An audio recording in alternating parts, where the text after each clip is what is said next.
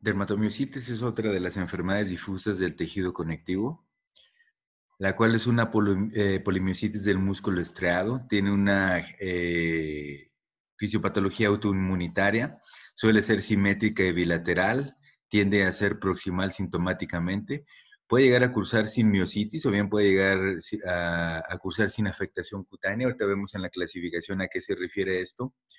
Epidemiología, nuevamente las mujeres tienen la mayor parte de los casos con una relación de 2:1 varón, aparece en la quinta década de la vida. 2 a 18% de los casos corresponde a una forma miopática, como había comentado, aquella en donde solamente hay manifestaciones cutáneas. Etiopatogenia, no entramos mucho en detalle, necesitamos revisar más que nada la clínica cutánea. Es autoinmune, se ha relacionado de cierta manera, como algunas otras patologías autoinmunes, con procesos virales, con procesos endocrinos. De hecho, hay cierta relación con algunos síndromes paraneoplásicos en un 15 a 20%. Entre los cánceres como tal está pulmón, mama, ovario, estómago, ganglios, vaso, colon y recto. En cuanto a la inmunidad, hay una inmunidad celular intacta, los cuales la actividad como tal, sin ninguna afectación de los linfocitos TCD8, van a actuar contra el músculo estriado y en contra a esto la inmunidad humoral está deficiente. Se llegan a encontrar anticuerpos antipolimiositis tipo 1 contra mioglobina y de hecho se llega a encontrar también en forma diseminada la presencia de inmunoglobulina y complemento en los vasos cutáneos cuando se hace algún corte histológico. La clasificación es importante. Del lado izquierdo vamos a señalar, cuando se refiere a polimiositis, estamos hablando probablemente del daño muscular. Cuando estamos hablando de dermatomiositis, estamos hablando de la afectación de músculo y piel. Y cuando estamos hablando de dermatomiositis amiopática, estamos hablando de daño muscular transitorio o bien mínimamente identificable, con afectación principalmente nada más en la piel. Entonces, la clasificación sería polimiositis, dermatomiositis, poli o dermatomiositis paraneoplásica, la polimiositis con una presentación juvenil, la polimiositis o dermatomiositis que se acompaña de lupus eritematoso sistémico y de esclerosis sistémica progresiva, la cual componen el síndrome de sobreposición o enfermedad mixta del tejido conectivo. Y finalmente encontramos la dermatomiositis amiopática. En cuanto a la juvenil, ya hablando en la clasificación, aparece entre los 4 y 10 años de edad. Hay una forma de Banker, la cual puede ser severa, con vasculitis intestinal y sus complicaciones propias, y cursan frecuentemente con ataque al estado general. Y hay una forma más benigna que corresponde a la dermatomiositis de Brasting. Dermatomiositis amiopática está clasificada como enfermedad cutánea. La característica es afectación de la piel con sus características cutáneas que ya revisaremos ahorita, acompañado de mialgias y debilidad muscular. Y luego está también la de que la cual no tiene daño clínico, pero hay alteración laboratorial transitoria, es decir, aquel paciente en que encontramos sintomatología con alteraciones bioquímicas del laboratorio que ahorita revisaremos. Cuadro clínico, los síntomas que más aqueja al paciente es un inicio súbito con ataque al estado general, sensación de debilidad y la erupción característica cutánea como tal. Cuando el inicio es gradual, primero hay afectación cutánea y posteriormente aparecerá la debilidad característica. De los signos cutáneos, estamos hablando en un 74% de los casos presentan halo heliotropo en la cara. Podemos encontrar porquilodermia en el cuello, que son alteraciones en la cromicidad, ahorita las vamos a revisar. Podemos llegar a encontrar placas eritematoescamosas en los salientes óseos que corresponden a las pápulas de Gotrón en 86% de los casos. Si se fijan, estas son las dos criterios que pudiéramos considerar nosotros, uno de ellos que es el Gotrón patognomónico y otro que es frecuente que es el halo heliotropo en un 74%. También puede llegar a acompañarse de fenómeno de Raynaud, de vasculitis, de manos de mecánico, que ahorita vamos a revisar. Puede haber calcinosis a nivel de la piel, lo que es calcinosis cutis. Puede estar circunscrita o bien puede ser universalis. ¿Cuáles son los signos cutáneos en dermatomiositis? Tenemos que reconocer aquellos que son patognomónicos, aquellos que son característicos y aquellos que son solamente compatibles. De los patognomónicos tenemos a las pápulas de Gotrón o bien el signo de Gotrón, que es un eritema violáceo articular, que ahorita revisaremos.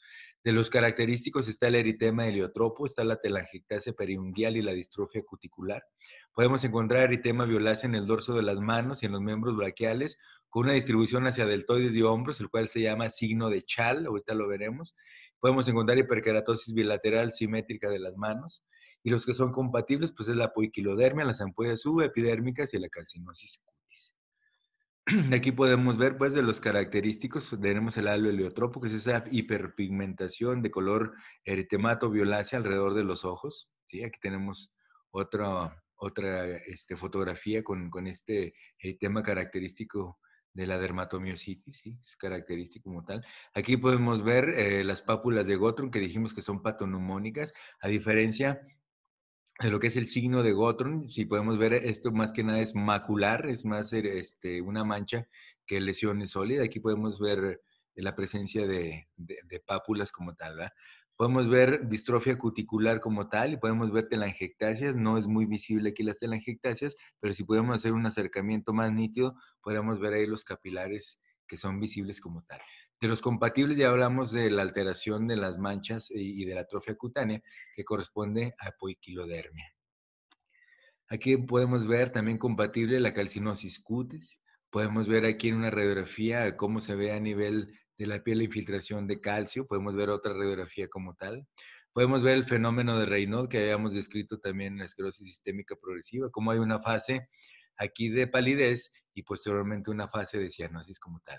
Estas son las manos de mecánico porque semejan mucho lo que es la dermatitis de contacto, que es frecuente por cuestiones laborales de las personas que se dedican a esto, que también son característicos. Y característico es ese eritema también, que a manera de chal se extiende sobre lo que son los trapecios, pasando por el deltoides y parte de los brazos y antebrazos. Manifestaciones musculares, habíamos hablado de las cutáneas, pero recordemos que es una patología dual que afecta músculo y piel. El paciente se queja de mialgias, se queja de un comportamiento en cuanto a su fuerza muscular miasténico. La cintura escapular y la pélvica, es decir, una debilidad proximal es la que se ve afectada. Esto puede llegar a condicionar que el paciente arrastre los pies y dé una marcha característica que se llama marcha anserina o de pato. Puede llegar a afectar también los ojos, debilidad como tal. Puede llegar a afectar la faringe con trastornos en la deglución, la laringe con trastornos como disfonía. Puede haber afectaciones de los músculos intercostales, llevando a disminución en la mecánica ventilatoria y experimentar síntomas o signos como la disnea. Puede llegar a afectar el músculo estriado cricofaringio o el esófago, el esfínter esofágico inferior, lo cual se traduce clínicamente en disfagia.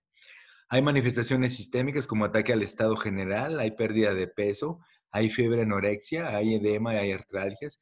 Pueden formarse pseudodivertículos y puede llegar también a tener manifestaciones digestivas como diarrea por mala absorción. Puede llegar a haber hemorragia de tubo digestivo alto o bien puede haber alteraciones en la motilidad con constipación como tal. Es rara la lesión miocárdica, pero se han descrito algunos casos.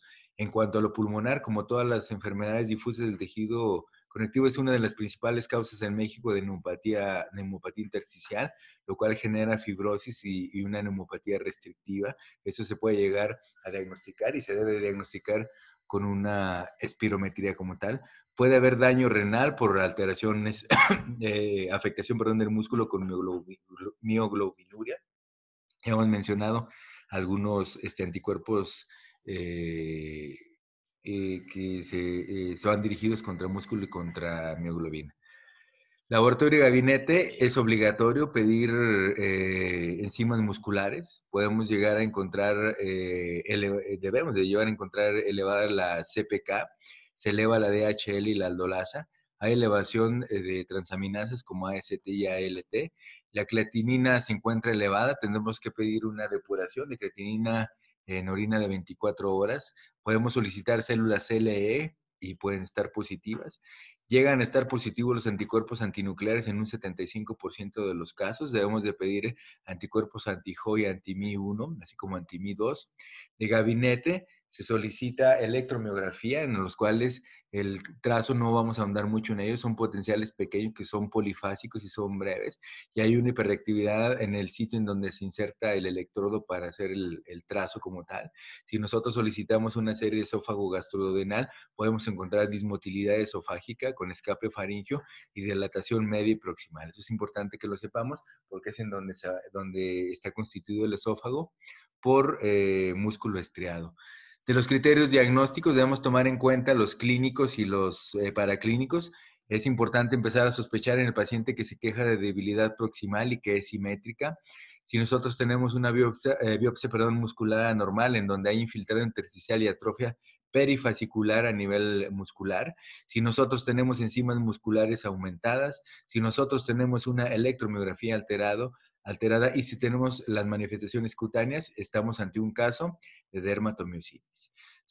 El criterio número 5 es complemento diagnóstico de los demás, porque recordemos que podemos encontrar a un paciente con solamente afectación muscular, en el caso de la polimiositis, perdón. 3 o 4 de de los previos, perdón, al criterio 5 es un diagnóstico definitivo.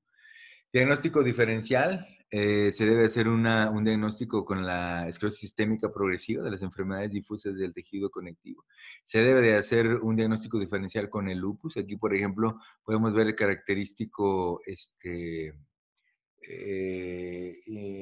eritema en alas de mariposa del lupus como tal, lo cual tiene una afectación más malar que el halo heliotropo que tiene la dermatomiositis como tal. Podemos hacer un diagnóstico diferencial, perdón, con fotosensibilidad, que es otra manifestación también de lupus. Si se fijan aquí, no hay ese eritema que está constituido por eritema y pápulas. Aquí solamente se ve eritema como tal. Debemos de hacer un diagnóstico con farmacotoxicidad, algunos fármacos que en asociación, como sean los fibratos con estatina, podrían generar debilidad muscular y alteraciones musculares, como manifestación de rhabdomiolisis. Debemos de hacer un diagnóstico diferencial con miastenia gravis, que es una debilidad fatigable, la fuerza muscular es fatigable, el paciente va entrando en debilidad durante el transcurso del día conforme va utilizando los músculos. Algunas formas infecciosas también que generan manifestaciones cutáneas, como la triquinosis y la tripanosomiasis. El tratamiento, los esteroides como parte del complejo de todas estas enfermedades forman una parte fundamental del tratamiento. Prednisona, una dosis de 1 a 2 miligramos por kilogramo al día. Se puede llegar a utilizar inmunosupresores como la acetioprina o ciclofosfamida a dosis de 1 a 3 miligramos por kilogramo al día. Se pueden utilizar dosis de metrotexate de 15 a 25 miligramos por semana. Se puede llegar a utilizar para la calcinosis warfarina y metilprednisolona.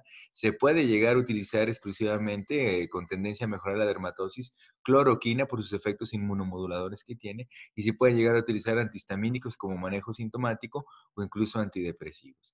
Por aquí podemos ver algunos de los ejemplos de las manifestaciones que hay. Aquí podemos ver el eritema heliotropo, podemos ver aquí lo que son el eritema de Gotron como tal. Aquí sí se ven algunas pápulas, se convertirían en pápulas de Gotron como tal. Aquí podemos, sobre todo, ir dirigiendo el tratamiento pues, a las manifestaciones cutáneas de la dermatomiositis con cloroquina. Esa es una cosa que deben de tomar en cuenta y que se puede evaluar como tal para conocer si han ustedes entendido el tratamiento. Pronóstico tiene una mortalidad del 25%, no es nada despreciable, es bastante alta. El mejor pronóstico está en las formas amiopáticas, en aquellas que solamente cursan con afectación cutánea. La remisión a 5 años, por lo común se ha presentado en las formas juveniles, y cuando hay carcinosis, pápulas de Gotrón y pliegue unguial, han persistido aún así, aunque se hayan presentado en forma temprana.